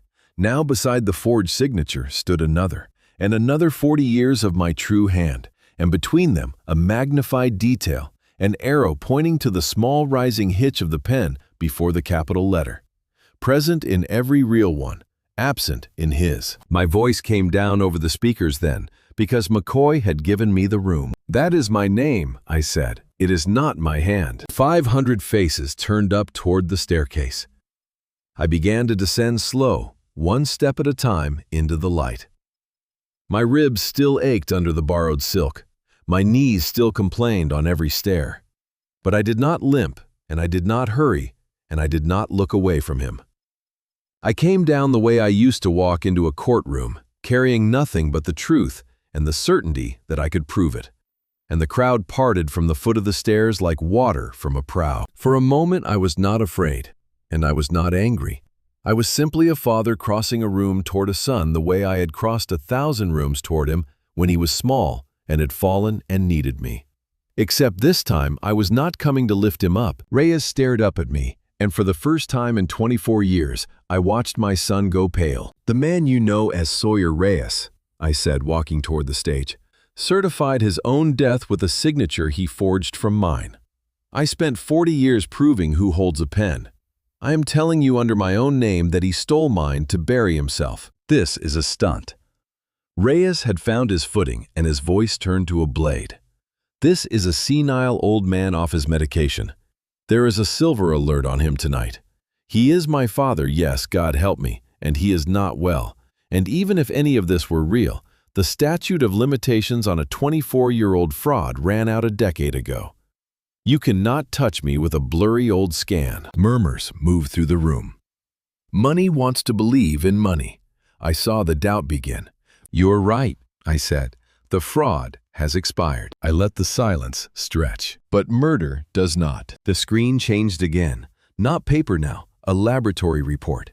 A DNA comparison, 2 columns, a conclusion in plain black type, and above it, a name.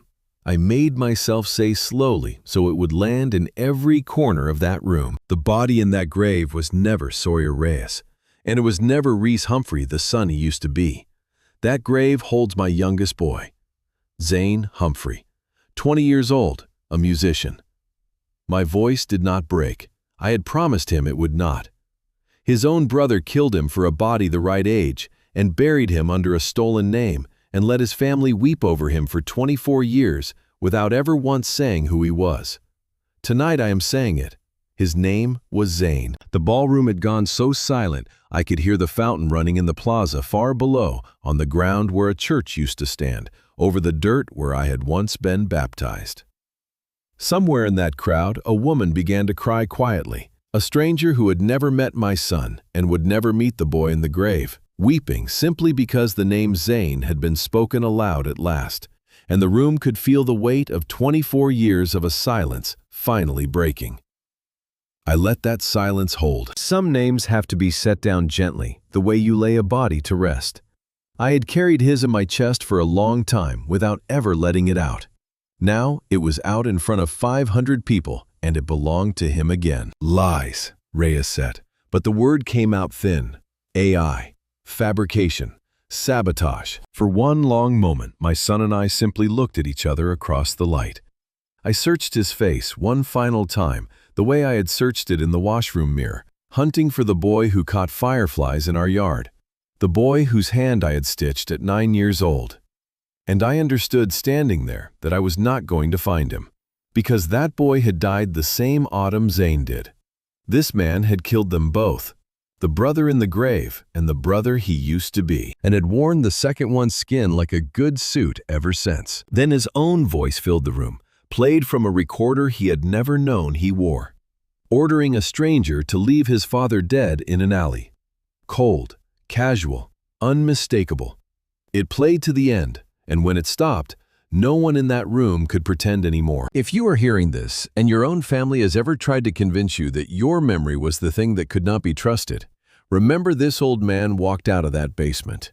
So can you. The doors at the back burst open. Federal agents in dark jackets poured across the marble, and the crowd broke apart around them, and the mayor set down his glass and stepped very deliberately away from the man he had toasted an hour before. Melina reached the stage first in a red dress, and she did not run to Reyes. She spun on him. "You said it was handled." Her voice climbed to a shriek. "You said he was nothing. You promised me." She clawed at his sleeve, and he shoved her off, and the two of them stood there in the ruin of it, hissing, tearing at each other. A man and a woman who had sold 2 sons and an old man for a tower, and now had nothing left to sell but each other. "He forced me," Melina spat at the nearest agent.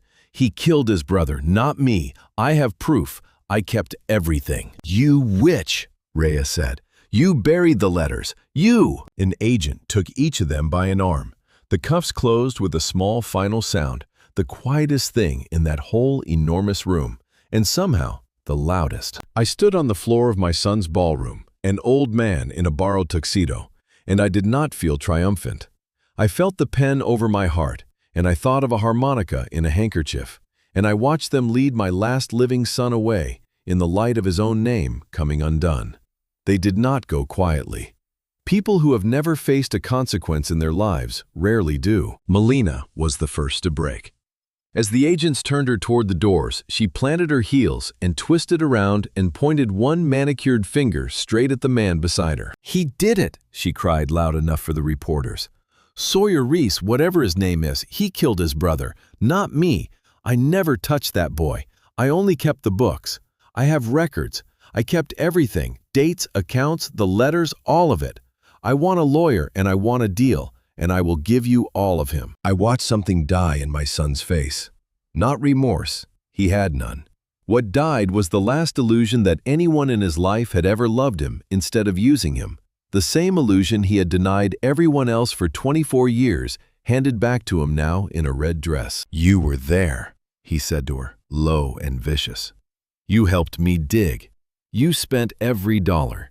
Do not stand there and—" "I want a deal," she said again to the agent, and would not look at him. They pulled her away. She did not stop talking the whole length of the ballroom, spilling everything. And the reporters wrote it all down, and by morning it would be the only thing anyone in Atlanta was reading. I felt no satisfaction watching her turn on him. I had thought I might. For years lying on that cot in the dark, I had imagined the day these two would answer for what they did, and I had imagined it would taste sweet. It did not. It tasted like nothing at all. Two people who had shared a bed and a secret and a fortune for a quarter century, and the instant the ground gave way beneath them, they reached not for each other, but for each other's throats. There is a special kind of poverty in that, the poverty of people who have everything and love no one. And I found I could not even hate her for it. I could only be tired and sad and ready for it to be over. Then it was just Reese held between 2 agents and me standing a few feet away in a borrowed tuxedo, and the ruin of his party spread out around us. The fight went out of him all at once. His shoulders dropped. When he lifted his eyes to me, they were wet, and his voice, when it came, was not the billionaire's voice, and not the cold man in the washroom. It was younger than that. It reached back across 24 years, and it found the one word he thought could still save him. "Dad," I did not answer. "Dad, please, listen to me." The words tumbled now, fast and desperate. "You're my father. You can fix this. You know people. You know gates. You know how these things work. Tell them it was a mistake. Tell them I wasn't well, that I was young, that I panicked. Remember the fishing trips. Remember you taught me to write my name at the kitchen table. Remember the bike, Dad. Remember how you stitched my hand. I still have the scar. Look, it's right here. You gave me this. I'm your son. I'm Reese. Don't let them take me." He held up his hand, cuffed to the other one, and turned it so the light caught the small curved scar below his knuckles. The scar I had cleaned with alcohol and closed with fishing line at a kitchen table 40 years ago. While he squeezed my other hand and tried not to cry, I looked at it a long time. It is a strange and terrible thing to have proof of your love for a man written into his very skin, and to look at it across the wreckage of everything he has done. That scar was mine. My hands had made it. It was in its way the truest signature I had ever left anywhere, closed into living flesh instead of onto paper. He was using it now, the way he used my name on that certificate as a seal, as a thing he thought would make me trust the lie. He had learned that from me too. God forgive me. He had learned that a signature makes people believe. And here is the thing I have to tell you, the thing I have carried since that night. I did see him. For one moment, standing there, I saw the boy under the man. I saw the 9-year-old with the torn hand. I saw the kindergartner bent over his letters with his tongue in the corner of his mouth. He was in there, somewhere, buried under everything he had chosen to become. And part of me, the father part that never dies no matter what a child does, wanted to reach through the wreckage and pull that boy out into the light. But that boy would have wept for his brother. That boy would have known Zane's name. "I had 2 sons, I said. My voice was quiet and it was steady. One of them played the harmonica on the back steps until the streetlights came on. The other one taught himself to write his name at my kitchen table. And I was so proud of that name I let the whole world trust it." I took a breath. "They both died 24 years ago. One of them you put in the ground. The other one you buried yourself a little deeper every year until there was nothing left of him but a face and a scar." "Dad," his voice cracked. "You have his face," I said. "You have his scar. I gave you that scar with my own hands, and I would know it anywhere." I looked into his eyes, and I did not find my son there, and I stopped looking. "But my sons are gone, and I do not know you." I turned my back on him. Behind me, he made a sound I will hear until the day I die, a raw, broken cry of my name, over and over. "Dad, Dad," growing smaller as they pulled him toward the doors. I did not turn around. I have turned my back on very few things in my life, but I had spent 24 years grieving the wrong son, and I was not going to spend whatever years I had left grieving a man who had murdered the right one. At the edge of the ballroom, near the exit, Journey stood with McCoy's hand steady on her shoulder. She was weeping, but she was standing straight, and she was not looking at her father being dragged away. She was looking at me. She had lost more in that room than anyone. In one night, she had learned that her father was alive, that he was a murderer, that he had written her letters he never sent, and then let strangers drag him off in handcuffs. She had learned that her mother had priced her out of the family and sold the truth for a monthly check. A lesser young woman would have shattered. But she stood there in her plain coat among all those ruined tuxedos, and when our eyes met, she gave me the smallest nod, the nod of a soldier who has survived her first battle and knows there will be more. I walked to her through the wreckage of that shining room, and I did not feel like a man who had won anything. There was one thing left to do, and it was the hardest thing of all, and it was waiting for me in a jail cell and then in a cemetery in Macon, under a headstone that had carried the wrong name for far too long. The detention center smelled of bleach laid over something the bleach could not reach. I sat on a bolted stool in the visitor room and waited, and when they brought him in, he was not the man from the tower. The tailored suit was gone. He wore county orange that hung off him, and his silver hair had gone lank, and the confidence that money had bought him had drained out overnight, leaving something gray and hollow behind the glass. He sat. He picked up the phone. So did I. "You came," he said. There was hope in it, the terrible reflex of hope. "I knew you would come. Listen, Dad, my lawyers say the DNA is circumstantial. The recording may not be admissible. They think with the right—" "I did not come to help you," I said. He stopped. "I came because there is a thing you are going to sign, and the thing you are going to stop fighting, and I wanted to look at you when I explained why." "I am not signing anything." The old defiance flickered up. "I will drag this through every court in the state. I will spend it all. I will make sure that girl Journey gets nothing, spends everything she has on legal." "That is the first thing you are going to stop." I kept my voice level, the courtroom voice. "You will sign away every claim to her, you will never contact her again, and you will stop fighting the murder charge." He laughed thin and ugly. "Why on earth would I do that?" I reached into my breast pocket and I took out a single photograph and I pressed it flat against the glass so he could see it. It was an old picture of a red toolbox on a garage shelf, nothing more. "Do you remember this?" I said. He frowned. "It is a toolbox. It sat in my garage for 24 years, and last week cleaning it out, I found something wedged behind the bottom tray. A receipt." I watched his eyes. "From a garage 2 towns over from where Zane died. Dated the day before. For work done on the brakes of the car that went into the gorge. It has a signature on it." I let that sit the way I had learned to let things sit in front of a jury. "You know whose hand I read for a living. I read yours." The color left his face entirely. "That receipt makes it premeditated," I said. "Not a young man's panic. Weeks of planning. That is the difference between a sentence you might outlive and one you will not. So here is what happens. You sign the papers, you release that girl, you plead to what they already have, and I lose the receipt.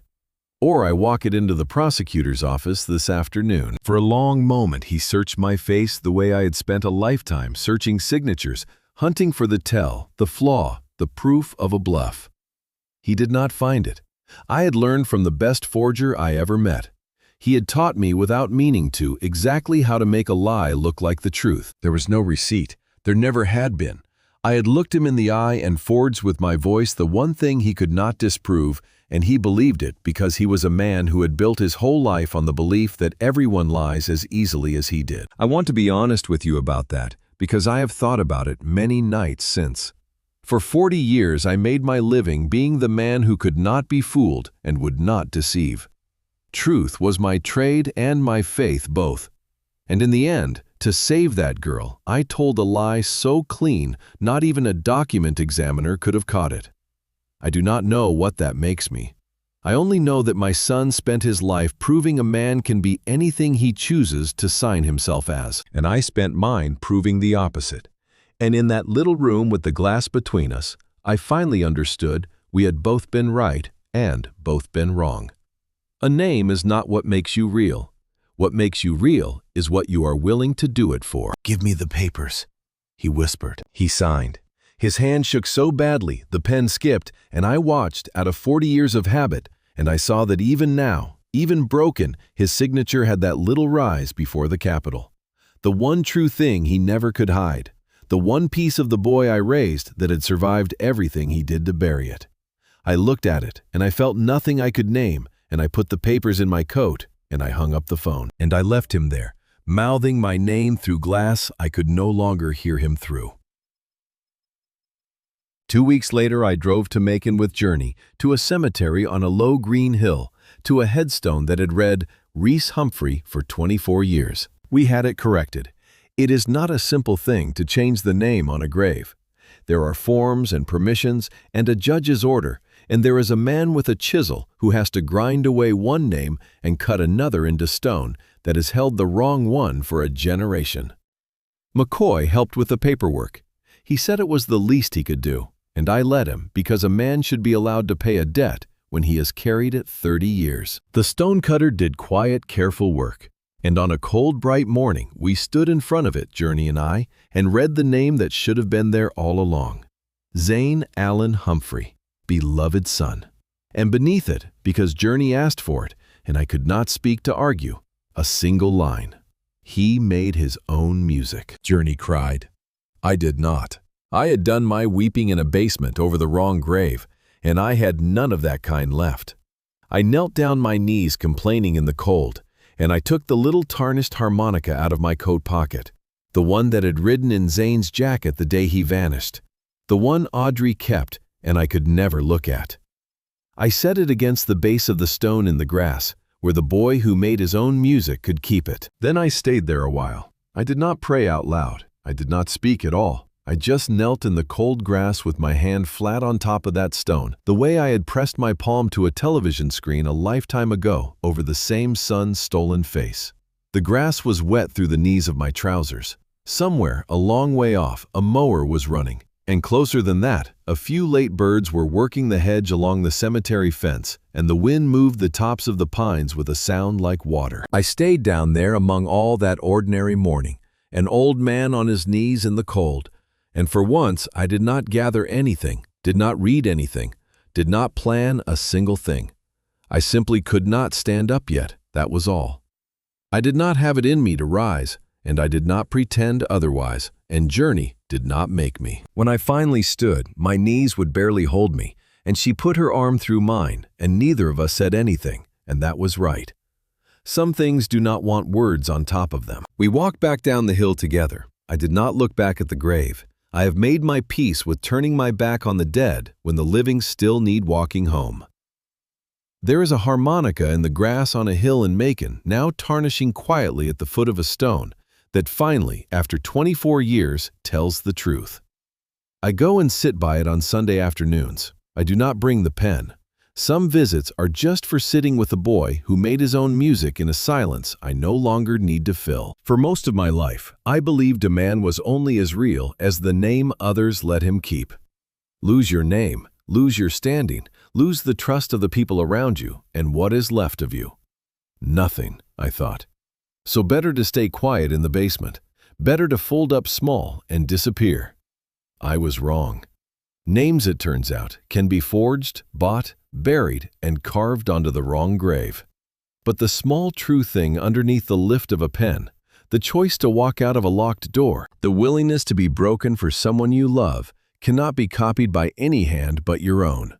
That is what makes you real, not the name, what you are willing to do for it. I lost both my sons a long time ago, and God knows that wound has not closed. Some griefs you do not get over. You only learn to carry them and keep walking. But I did not walk alone. By the grace of God, my granddaughter walks beside me now.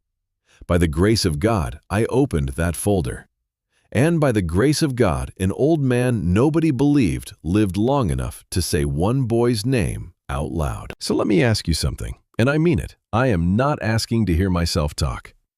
If the people you loved most told the whole world you could no longer be trusted to know your own mind, would you have the courage to prove them wrong? Or would you take the pills and eat the cold soup and fade quietly the way they wanted? I hope you never have to answer that. But if you are sitting in a basement of your own tonight, in whatever shape it takes, I want you to hear an old man tell you this. Your dignity has no expiration date. You are never too old, too tired, or too written off to pick up the pen and sign your own name to the truth. If this story moved you, or if you have ever had to walk away from family to save your own soul, tell me in the comments. I read every one. And subscribe so the next person who needs to hear it hears it too.